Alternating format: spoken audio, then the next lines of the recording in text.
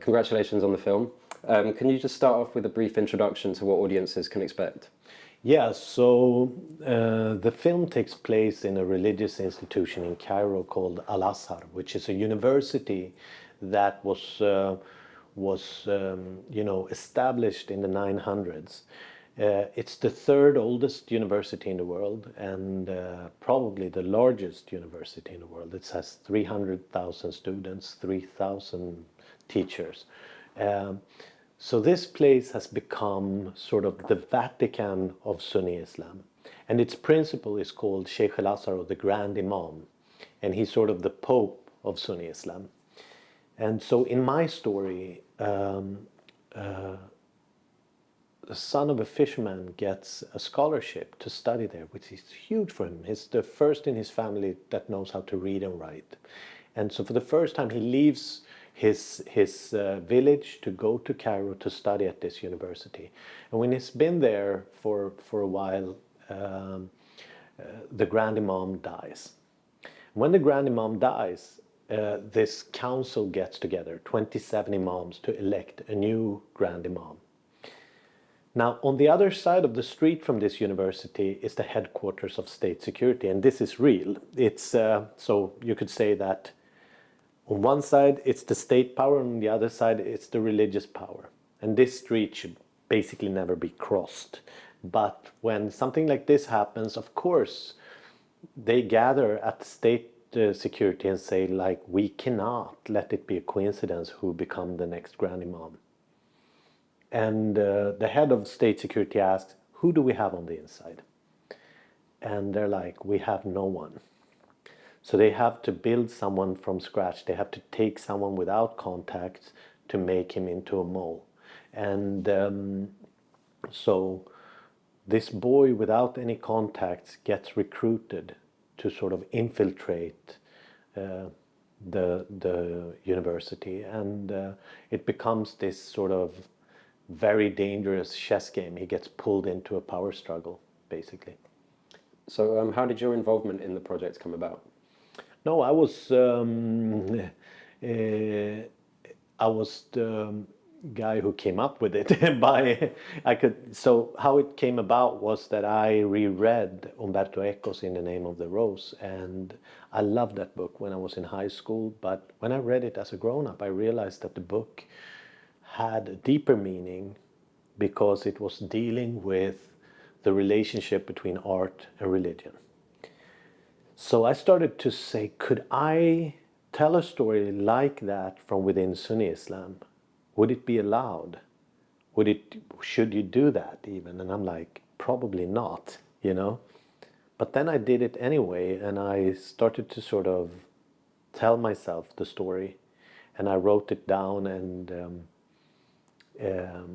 then I showed it to my producer that I work with, and she was like, we have to make this film. And it's a complex film to make. It's a big film to make. So, you know, just finding the locations, the uniforms, all that. It's a big film, as you've seen. I mean, it's not something you shoot in the sort of on your backyard. Mm-hmm. So what was it that gave you the confidence to go ahead with the project? Because you said that you did have doubts about whether, you know, you should actually do it. So yeah, so I'm a graffiti artist from and one thing I learned as a graffiti writer is you don't ask for permission. If you're gonna wait for someone to ask you to do something, it's never gonna happen. So instead you go and find your wall or your train that you want to turn into something else, and then you sort of make a plan and you go out at night and you do it. And that's how I approach my filmmaking too. It's like, I'm like, yeah, no one asked for this film to be made. No, maybe no one wants it to be made, but you know, I think if I don't tell this story, no one ever will. And that sort of turns me on. The idea that it won't exist unless I do it. And then I just want to see it myself. I want to see it. If somebody else could do it, I would prefer it, because then I could just go and watch it, you know. But if it's not going to exist, I'm going to have to make it. And there are stories like that needs to be made. And I learned how to write from a great Swedish writer, Stig Larsson, and he always told me that the person that walks out to the field first picks up the most beautiful flowers. And I think that's true also about filmmaking, that if you go to a place that no one else had been with a camera, you can do some pretty spectacular things. And also, I think that, so I wouldn't say it's not about courage, it's more about obsession. And also, I just find myself all of a sudden doing it. And of course, I have a lot of people that help me to do this. This film is made by hundreds of people. And my colleagues call me the sect leader because I am sort of like, I've been told that I'm very good at convincing people to come along. So I'm glad I'm not into sort of, that I'm not sort of a leader of a country that wants to go to war or something, because then it would be terrible. I'm glad I'm just a filmmaker. So the film itself is, you know, it's quite labyrinthine, and you know, it takes a lot of twists and turns and everything. How difficult was it to sort of you know, make the plot clear and also maintain that sense of mystery and intrigue?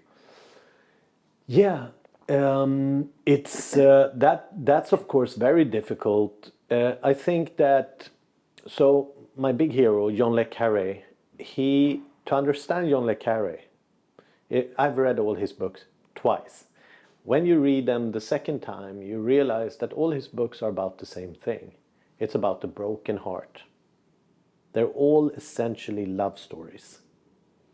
Now, when you understand that, the plot is sort of the least interesting part of it. So if you know essentially what you're talking about, the theme, the plot is just things that happens. What's important is the characters and how they react to what happens. And so this film is about education and authority. And it's very clear that that's what it's about. It's about who decides over destiny. And ultimately, you know, the ultimate authority, of course, is God. So the philosophical question, of course, is what is the price of learning, of education? And the price in the film is innocence. And I think that that's something that most people can identify with. When we learn something, we are first fascinated, because the human being is a very curious sort of species. That's why we are so advanced, that we are constantly looking at things. But there's a backside to it. Everything we learn, we can use to something bad too. Every tool can be a weapon. Every knowledge can be used to manipulate. Or it could be used as medicine or something positive, or making the world, you know, good. Where, well, that story is already told to us in the Bible with the apple. You know, that once we take a bite out of the apple of knowledge, we're thrown out of paradise. And the metaphor is, of course, that once you know, you're not innocent anymore. So like, once we know that we're changing the climate and we don't act, it's an active choice. We don't act. We know we have to change our way of life. Still, I took a flight here because I wanted to come to London to present this film. I know I shouldn't. I have children. What kind of world am I living? Is it worth it? And still I do it. So I'm not innocent because I know. I wish I didn't know. I wish Greta Thunberg wouldn't have told me. You know what I mean? So I could fly here and not be guilty. You know what I mean? So I think that no one ever, especially in the Western world, wants to talk about the price of an education or the price of knowledge, because we're just saying, how we say is like, knowledge is power and power is good. But I don't think you know, power is good in itself. power is power. It can be good or bad depending on how you use it. Yeah, and in a sense, that is pretty much the heart of the film, isn't it? That loss of innocence, in a sense, because it sort of is. I don't know if you would agree. It kind of is a coming of age tale as well, you It's know. absolutely Yeah, that. and you know, I don't want to give away the last line of the film, obviously, but the last line of the film is very much about that loss of innocence and how you move forward with that knowledge. Yeah, and I think that in one way you could look at it as two characters that meet. One is a teacher, one is a student. But the teacher learns something from the student too. And you could say that this officer, who is very cynical in the beginning, sort of regains his faith, whereas his student loses his faith. And I think that's also a way of looking at the film. And I mean, film in a way is a banal and stupid medium compared to books or other art forms. And I mean, I don't say it, I mean, it sounds like I put a value on it. People hate when I say that because they're like, no, film is art and film is, you know, and it can be very intelligent. But the truth is, anyone who works with film, I mean, I think even Ingmar Bergman and, you know, big intellectual directors would agree with this, is the problem we have as filmmakers is that it's here and now. So everything is moment to moment to moment. So if I make you stop and think while you're watching the film, you're missing the moment that is happening after that moment. So in itself, as an art form, it doesn't want you to think, it wants you to feel. Now you can have an afterthought.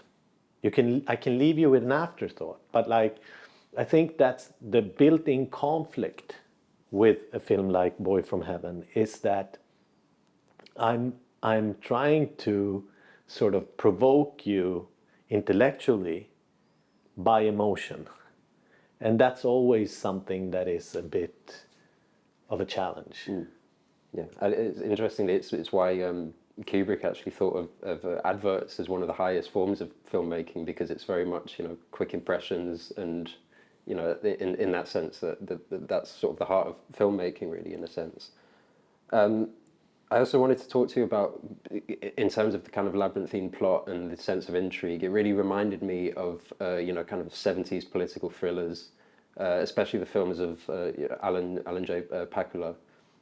Were any of those films reference points in the process? Or? They always are, yeah. Because I think, you know, a lot of European, you know, in our industry, they sneeze at genre films, but when they do that, to me, it's just ridiculous. I mean, my religion is film, and if you're talking about the Holy Grail, it's genre film. I mean, all the masterpieces are genre films. I mean, all the great filmmakers worked within genre. I mean, let's forget Hitchcock, but if you just go to people like Stanley Kubrick or Scorsese or, you know, for that matter, Kurosawa. So my big references are films like High and Low by Kurosawa, and absolutely French Connection is always up there. My all-time favorite film is Battle of Algiers, and what is amazing about that film is it transcends film. When you watch that, you feel like you're witnessing something that is true. Still it's fiction, still it's genre, but it's also true, which is sort of like, it creates this feeling of breaking the fourth wall. I think that as filmmakers have gotten better and better at using the medium, especially after non-linear editing came and people started to sort of jump back and forth, that's not necessarily a good thing for film. I think that the linear sort of storytelling is still a very powerful thing, and I always try to say that when I work in America and they always want to do flashbacks and, you know, fancy tricks and things like that, I always try to say that film is hypnosis. I'm counting you down to a state of hypnosis. Now, if I wake you up every 10 seconds with a flashback, oh, didn't I just reminding you that you're watching a film? Even if I'm telling you in a linear way a story, You are asleep while I'm telling you this. I am suspending your normal time. So whether this film takes place over a semester in a religious university in Cairo, you are there. And over 2 hours, you feel like you're there a semester.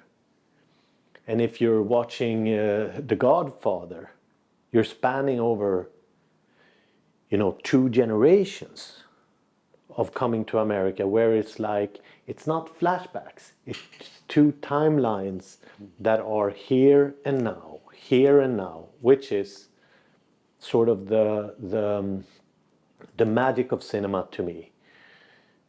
So for me, like, just one thing people have asked me about Boy from Heaven is like, because they're like, yeah, there's the photography, it's actually one thing that the whole film is shot with only one lens. And it's the first time I do that, but that was also a way of keeping the hypnosis, that you sort of see, because we have learned so much through TV that you're switching lenses constantly, like, okay, long lens, wide lens, but really our eyes don't do that. I mean, our eyes are sort of a 50, that we look around on the world, But how do you isolate something? How do you focus when you only have one lens? So you can sort of open the stop to make things disappear in the background and so on. So to me, that was very interesting and challenging. Yeah, hypnotic is actually a good word to describe the film, isn't it? I hadn't actually thought of it. I'll have to steal it for the review. Another thing that you mentioned in your press notes was like the genre of prison films is like a visual reference. Why is it that you gave your director of photography that specific brief? Yeah, so I love prison movies, number one. It's probably my favorite genre. Film noir, prison movies, spy movies, in that list. And I had a very close relative that went to prison for a long time, and very, very close relative, where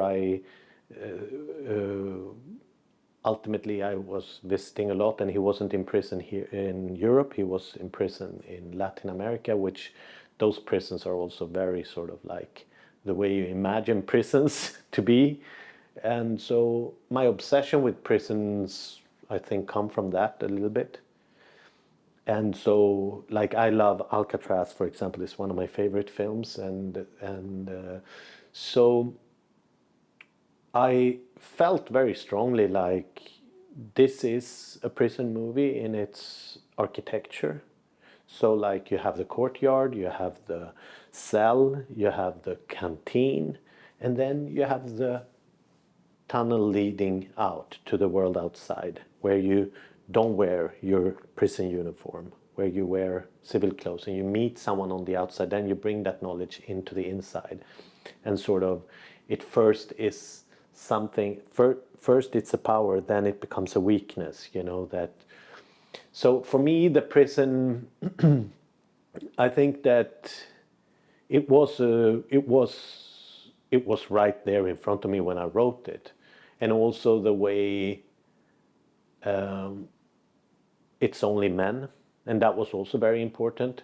Like in Sweden, for example, there is a political, and I'm not against it. I wouldn't say it right away. There is this attempt to make film more equal, and trying to sort of say that, okay, so the first question you get as a Swedish filmmaker when you're commissioning a film is like, where are the women?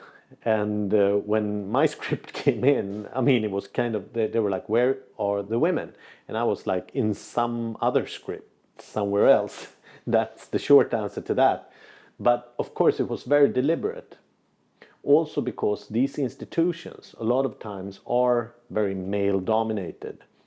They're men in, uniforms and sort of with high hats. And then, of course, if you want to shake that institution, there is always behind the door a woman. And behind that door, there is a woman that can tell a story that these men don't want to hear. And so, for it to work in a film, I had to move all the women. His mother had to be dead, so that in the middle of the film, when the officer takes Adam out and they go into that door and there's a woman, then there's another woman behind another door, we feel that just seeing a woman, we're like, oh, a woman, you know. I mean, obviously, maybe there's sitting a woman next to us in the cinema, but when we're under the hypnosis, it's actually a big deal. Yeah, and okay, and so sorry, the last question I wanted to ask was also in the production notes you spoke about your it's kind of dual national identity, your Swedish and Egyptian identity, and also your personal exile from Egypt. How do you think that that's informed the process of making this film in a very specific way? Oh yeah, for sure. And I think that I think directing is an immigrant's profession in many ways. I mean, if you look at it, I would say a majority of the greatest directors that ever lived are all immigrants. You know, if you look at Elian Kazan or Billy Wilder or Milos Forman or children of immigrants like Scorsese, Coppola, even Stanley Kubrick's immigrated to UK, you know, because in a way you are inside and outside at the same time. You are sort of a messenger in the sense that you see the world both from the inside and the outside. So, for example, when the Nazis or former Nazis won big now in the Swedish election, you know, I know the lie. I mean, I know it. I mean, it's totally obvious to me because their idea, their fundamental idea is this, that you should be proud to be Swedish. Why should you be proud of being Swedish? You haven't accomplished anything. It was a coincidence you were born in Sweden.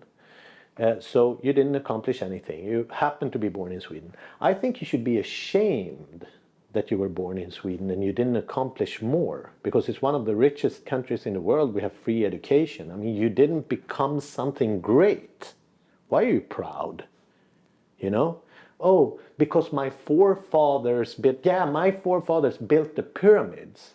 It's still one of the most corrupt, poor countries in the world. You can't live off the back of what your foremothers did. You have to accomplish something. Now, that's not a popular view to take in Sweden today, but I'm sorry, I know it for a fact. And so, because as I've seen nationalism in Egypt, and it's very strong, I can tell, like, most people just want to leave, you know? And I think here is the real hypocrisy, is that most Swedish people, I mean, they've been sold on this idea that Islam is a real threat, that if we don't stop the Islamization of Sweden, we will all turn to Mecca and pray. Really? Does anyone really believe that? In the meanwhile, these huge shopping malls open, 7-Elevens, Starbucks opens, drains the city of all the small local shops. And still we're afraid that they're building a mosque? Really?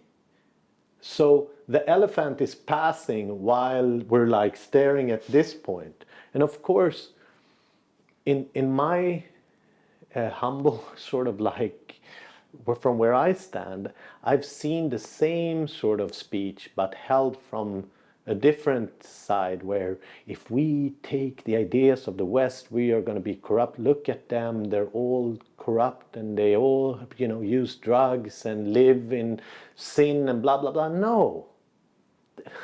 Life is pretty similar, to be honest.